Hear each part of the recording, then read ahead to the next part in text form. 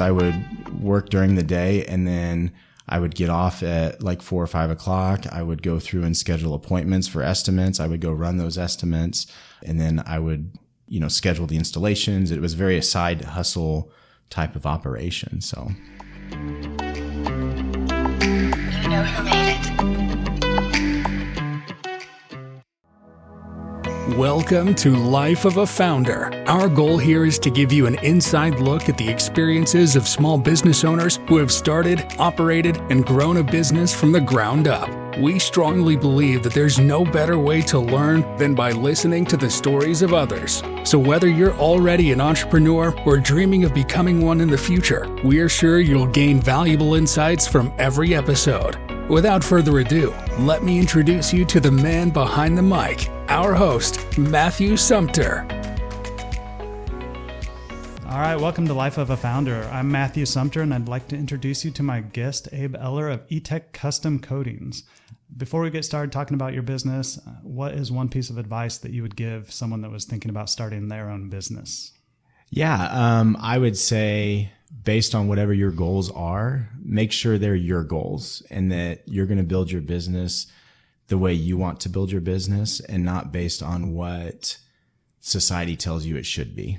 Right. And like what I mean by that is I've owned and operated a couple different businesses, and I've been part of businesses, and too many times, you start having a conversation with another business owner or someone that wants to learn about your business. And one of the first questions they ask is, how much volume do you do? Yeah. That kind of thing. And to me, what I've learned over the years, and I've been that guy that's very quick to answer that question, to me over the years, I've learned that's just not who I am, right? Based on what I want my business to be, in terms of family life and financially, and that kind of stuff is very different than what I feel like most people would think a business should be, which is this big $1 million, super profit driven organization. So just do you, be you, and build it the way like that's going to make you happy, you and your life, whatever that is. Okay. Yeah. It really depends on what your goals are.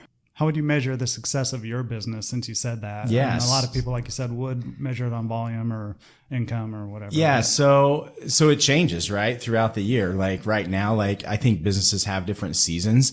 And so the way we have found to measure ETEK, and I say we as in me and my wife, because she runs it with me, right?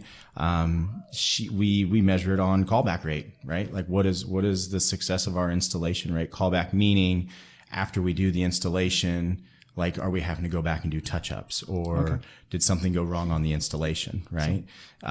Because at the end of the day, if we are able to produce a very quality install right out of the gate and do what we say we're going to do, like that's ultimately the success of the business, and that's where it lies. So essentially quality. 100%. Right.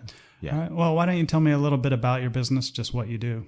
Yeah. So, ETEK Custom Coatings, in a nutshell, we do concrete coatings, specifically garage floor coatings. I would say it's about 80% of what we do is in the garage space.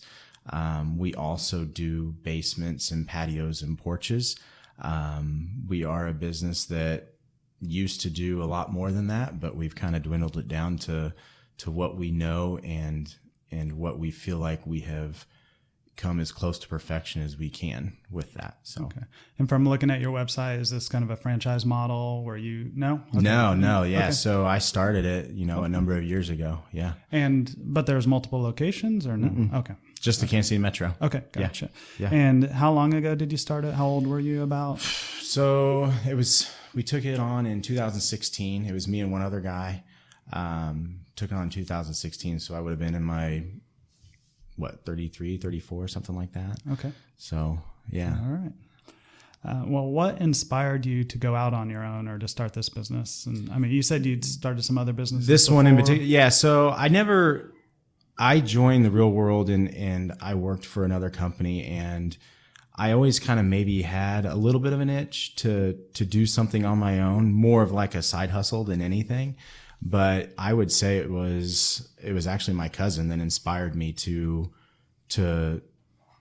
launch a business. We launched a business together, back in like, I want to say it was like 2009, 2010, something like that.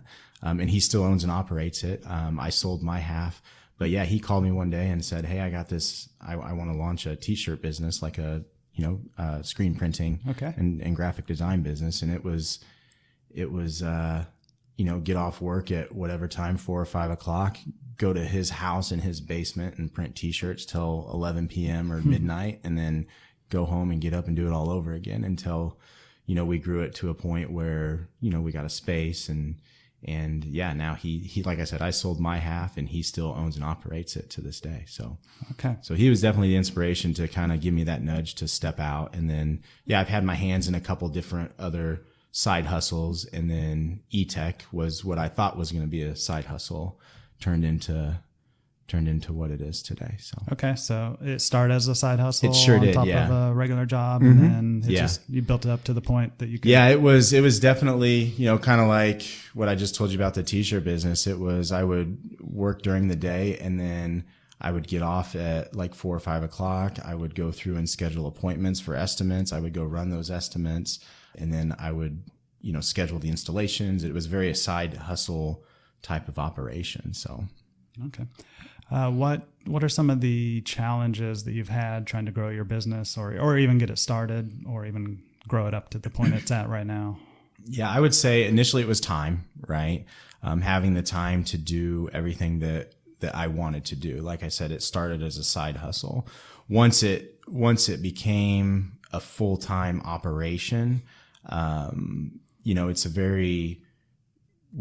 very, like I told you earlier, quality driven industry. And so finding the labor and trying to instill that in them has been the biggest challenge for us over the last few years. We've been very fortunate to have, to find those crews that have been with us for, 4+ years at this point, and installed more floors than probably anybody in Kansas City. So, but I would say that was the hardest. Finding them was not easy. Yeah. Okay. And how is that structured? Do you use subcontractors, or do you have your own crews? And if so, how many employees are you running right now? Yeah, so we only have about 15 employees right now, which is great, which is exactly where we want it. No, they're all employees. We don't subcontract out anything or outsource or anything like that. They're our guys, they're our family, and we grow from within.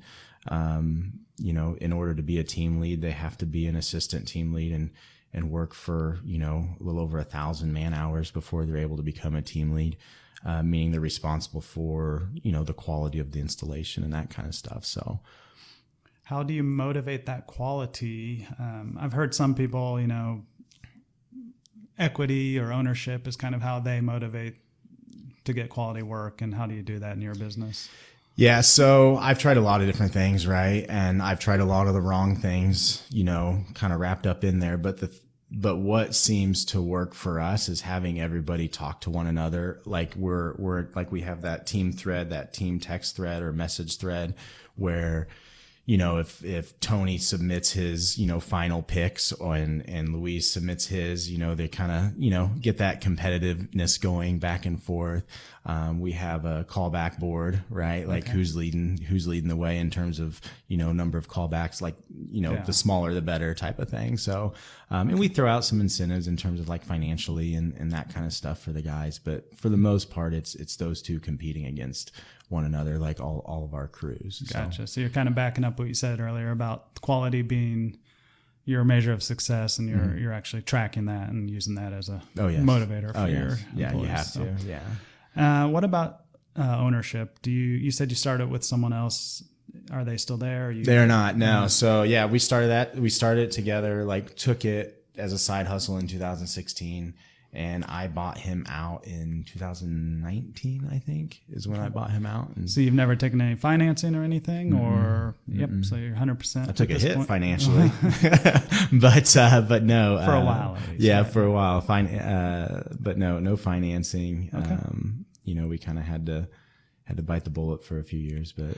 And do you think that's hampered your growth, or just building it from the ground up, or is that kind of the way you've wanted it to grow kind of at a manageable pace? To be just me, you mean, or to not really take on, I mean, have you not taken on any money as far as loans or anything to help you grow or expand? No, I mean, it's a cash flow business, right? So if Matt decides he wants a garage floor coating, I order his product and then I install it, right? And it's money in, money out. So it's not really, I'm not really in a business where I have to front load a lot of costs, right? Okay. Outside of adding a crew. Yeah. But like I said, we're in a position where if that's something we need to do, we could. Well, how do you, in your business, acquire customers? Do you do a lot of marketing, or is it word of mouth? Great question. So to grow the business, it was a ton of social media. Okay. It was just a ton of social media. Garage floors, they picture well, they look great, they're attractive, right? And over the years, like if you were to look at my marketing source list, the investment that I make in social media has reduced down to maybe 10% of what it used to be. And it has turned into a very referral business, right? It's very referral driven. That has kind of taken over. And then we have a lot of new build contracts, right? So you're seeing a lot of our new build houses, are starting to do it on the front end before they even move into the house. So I kind of view the garage floor coatings as like what power windows were to cars, back in the day. Eventually, you'd have a car or two like have power windows, and eventually it just became the standard. And we're gradually seeing that in the garage space. So it's pretty exciting. Yeah. Have you had to offer any kind of incentives for referrals? Is that? Yeah, no, we have a referral program. Yeah, okay. We do a $100, referral program. Okay. Give 100, take 100, right? So, we give 100 to if they refer somebody, we give them 100, and then we also take $100 off of their quote to whoever they referred us to. So. Okay. I think I saw on your website also that you offer financing. Was that something that you felt really helped grow the business or? It did. Yeah. So I think, and that's, some of our bigger projects, right? Like I said, I mean, garages and basements, if you're getting into a combo, it can be a pretty healthy investment. So yeah, we do offer financing. We partnered with a home improvement industry specific finance company called Green Sky. And so, it definitely helped take on some of those bigger projects. We don't have to use it that often, but it's certainly there, and it has helped, like I said, if we have some of those bigger projects, it's a little enticing to the homeowner because that financing is like a 12-month no interest or something like that. Now, as far as financials are concerned, what is kind of the ROI on your business? I mean, I assume the expenses are going to be labor and maybe some of the supplies are but labor probably a majority of that. And what kind of profit margin are you looking at in your industry? Yeah. So the way we do our job breakdowns is, we look for a little over 30% net, but that also takes into account, obviously, like you said, product and labor, the two biggest expenses in our industry are just those two. I also take out about 10% for marketing, and then a little bit more for obviously like fuel and miscellaneous materials that we use on the job, such as rollers, brushes, squeegees, that kind of stuff. So, and then our sales reps are commissions as well. They're commission only sales reps. So we have to factor all that in. And once we take everything out of there, we're aiming for about that 30% margin. Okay, nice. Yeah. Yep. Well, what's been kind of you don't have to give exact numbers, but what's kind of been the trajectory of your income since you've started the business until now? Yeah, great question. Or just even the growth of the business. Yeah, so like my personal income, you mean, or just? Well, either or. Yeah. No, it's like I said, going out on your own, it was kind of that pursuit of happiness, right? And it was a huge financial hit, but it's something that my wife and I had to collectively decide that we wanted to do. And we buckled down and did it, and it only took, you'd be shocked at when your back's against the wall, how quick you can get it up to where you want it to be. And it took about 3 months, and we were able to be right back to where we were. Oh, wow. Financially with my old job. Yeah. That's pretty impressive for a new business. Yeah, it was nice. We were blessed in a lot of different ways. So, and we've been surrounded by a lot of good people, and obviously our customers are great. And in Kansas City, I'm a little biased, but I think it's the best place to start a business because they're so loyal to their town, right? And I would say that's one of the biggest advantages we have is that while we are surprisingly one of the quote veterans of the industry in Kansas City, we're also one of the few that are truly locally and family owned and operated. There's a lot of franchises that have popped up over the years and different types of chains and that kind of stuff, but there's not very many of us out there that are like true local Kansas City grown businesses. So would you say the growth has been kind of just a steady upward trend, or is it? Yeah, no, I mean, we started off growing pretty rapidly, and then year of COVID was huge for us. People were staying in their homes and just dumping money into their houses at that time. So it's pretty hard to compare like what a normal year would be like during that year. But even now, like looking at this month, I was just looking at numbers this morning, we're beating last October. So we have a gradual growth pattern. It's not tremendous. And quite frankly, I'm okay if we're flat. There's some months I would even say I wish we can kind of, put on the brakes a little bit, and it all depends on how far out we are in terms of installation, which right now we're about 7 weeks, we're starting to get, a little too far out for my liking. So, yeah. Okay. Well, I'm sure there's been some stress along the way. Have you ever considered so far, has there been any burnout? Have you considered walking away, selling, or doing something different? Yeah, I'd say I do that a couple times a year. Yep. I've been offered a couple times by a couple different companies to buy me out, and it every once in a while it does get pretty attractive. It depends on the day they get me type of thing, right? Yeah. Like owning a small business isn't always 70 degrees and sunny, right? I mean, you have your ups and your downs, and when you're in those valleys and you really want to, get out, like it's hard to turn down an offer to sell the business or figure it out. Right. But really like my why is, I mean, I have you have kids. I have a 13-year-old son that has started working for us during the summers to save money for his first car. And all he wants right now is to take over ETEK whenever he gets out of high school or college, whatever he decides to do. So, I think we've kind of decided, as long as that's what he wants, we're just going to hang on to it. And if he decides he wants to take it over, he can. So, all right. That was going to be my next question. Yeah. If you had future plans, and it sounds like potential. Noah wants to be the future of ETEK. My other two, as of right now, want nothing to do with it. So right. They'll take the benefits, just not the responsibility. That's right. All right. Well, stepping a little bit away from the specific business, what kind of skills or traits do you think an entrepreneur needs, or someone who wants to start a business? I think they have to be able to look themselves in the mirror and know what their strengths are and also know what their weaknesses are. I think if you are a business owner or an entrepreneur and you are blind to what you are not good at, then you're not going to be able to grow and be successful. And whatever those weaknesses are, surround yourself with people that are a heck of a lot smarter than you. And that's okay. Okay. Right? Yep. Are there any tools or software that maybe aren't industry specific that have really helped you kind of stay industry specific? Either or. Yeah, I mean, our CRM is very industry specific. It's called Market Sharp. It breaks down, I'm able to do my job breakdowns, track lead flow, quality control, all that. It holds contracts, signatures, all that kind of stuff. But I mean, gosh, Matthew, today everything is so, you could basically run your business with a cell phone right here at this point. So, so. Okay.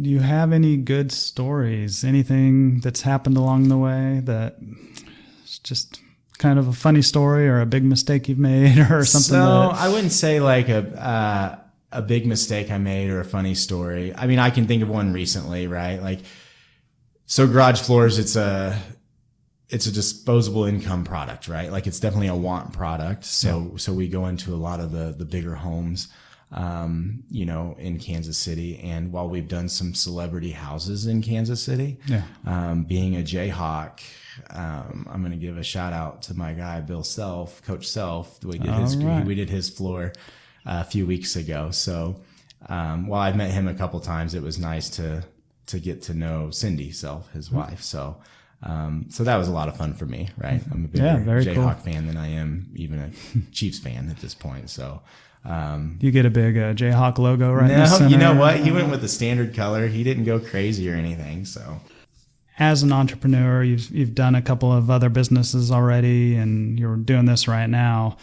What are some of those other ideas you've had in the back of your mind that maybe, you don't have the time to pursue, but you think would be a great opportunity? Yeah. So we do enough volume of business where I have dabbled with the idea of getting into an online distribution and kind of developing our own product line, private labeling our coatings, which we already have.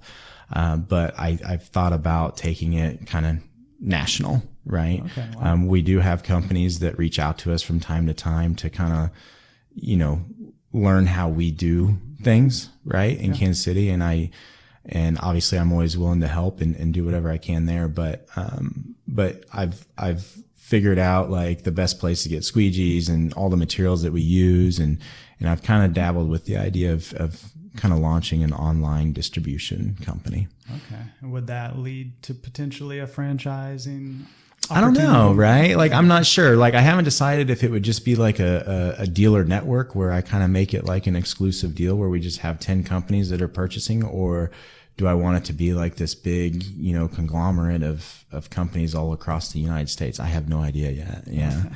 Yeah. So. All right. Well, let's get a little more personal. Okay. If you're all right. Yeah. What kind of things do you do when you're not busy with the business? What do you enjoy doing? So one of the benefits to owning your own business, and one of my whys that makes me happy, is time. Obviously, I love to spend time with my family, but I have a love for working out, doing CrossFit. It is something I've become, some would say, obsessed with. So I spend a lot of time, a couple hours a day. I'll go on record to say that. It's no secret anymore that I spend a few hours a day doing CrossFit. So other than that, like, I love coaching my kids' sports. I coach baseball. I coach basketball. I help coach football, and I love going to watch my daughter play softball. So yeah, just doing all the dad stuff along with CrossFit is kind of, that's what takes up my time outside of the business. So yeah, I think once you get to that point in a business where you get freedom, which is kind of the goal. Yes. It probably makes it really nice to be able to enjoy the things you want to do outside of that. Yeah, for sure. Yeah. Do you have any mentors, whether you know them or not, or anyone that you kind of follow who? So I do have mentors, right? I mean, I have a guy in Kansas City named Tracy. He's a business owner, a business genius, I would say. He's one I can call and lean on. And then I have a couple other mentors, like one's up in Wisconsin, again, business owner, someone I feel like I can call and be transparent with, like if there's a real deep struggle. But yeah, I think you have to, right? Like, you have to have some people that you can kind of call and lean on, and they don't even have to be business owners. I have a couple friends that I'll call from time to time just to get an outside perspective of, what do they think? Cause I do respect their opinions and how they would view it. So, and it's always nice to have somebody that doesn't know the inner workings of the business. Now they're able to get that 30,000 view, 30,000 foot view, and really, sometimes you'd be surprised what comes out of those. So, okay, perfect. Most founders are either listening to podcasts or reading books or, doing something to kind of keep learning. Mm-hmm. What kind of things do you listen to or read? Yeah, so I listen to a couple different podcasts. The first one is H3. It's Brad Lomenick. He's an author. He kind of wraps up business and faith, something you kind of mentioned a little bit earlier, offline. He's good.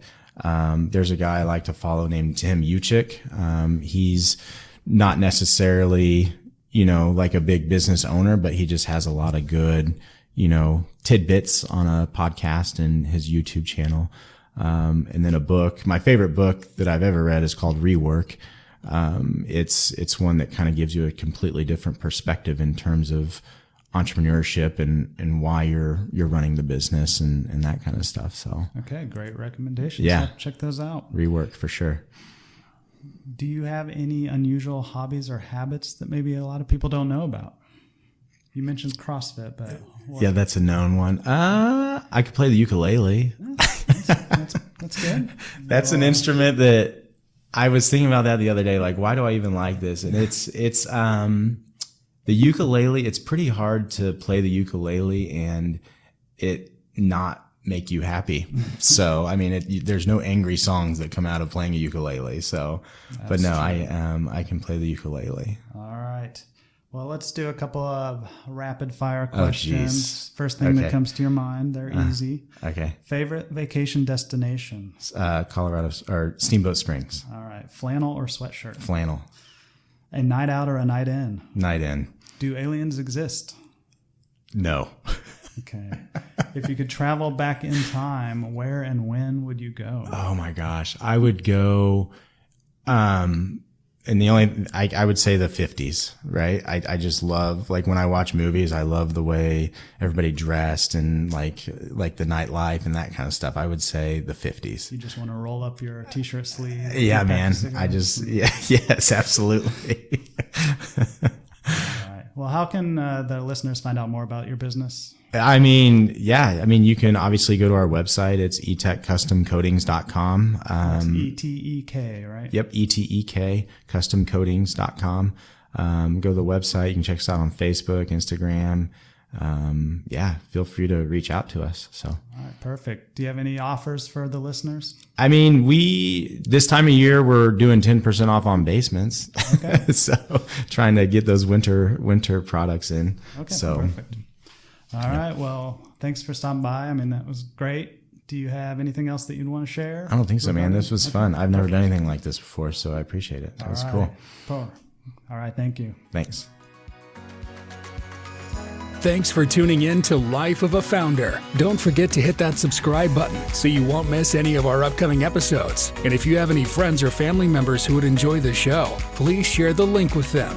We truly believe that small businesses are the lifeblood of our communities, so we encourage you to take that first step and start your journey toward business ownership. Hey everyone, I just wanted to take this opportunity to personally thank you for listening and sharing my show with others. If that's all you ever do, that's perfectly fine. You may have noticed that we don't currently have advertising on our shows, and as of now, I haven't made a penny for the hours I've poured into the show. So if you'd like to do more to support this show, you can visit the website at lifeofafounder.com/support, where there are a few opportunities to support me. Once again, thanks for listening.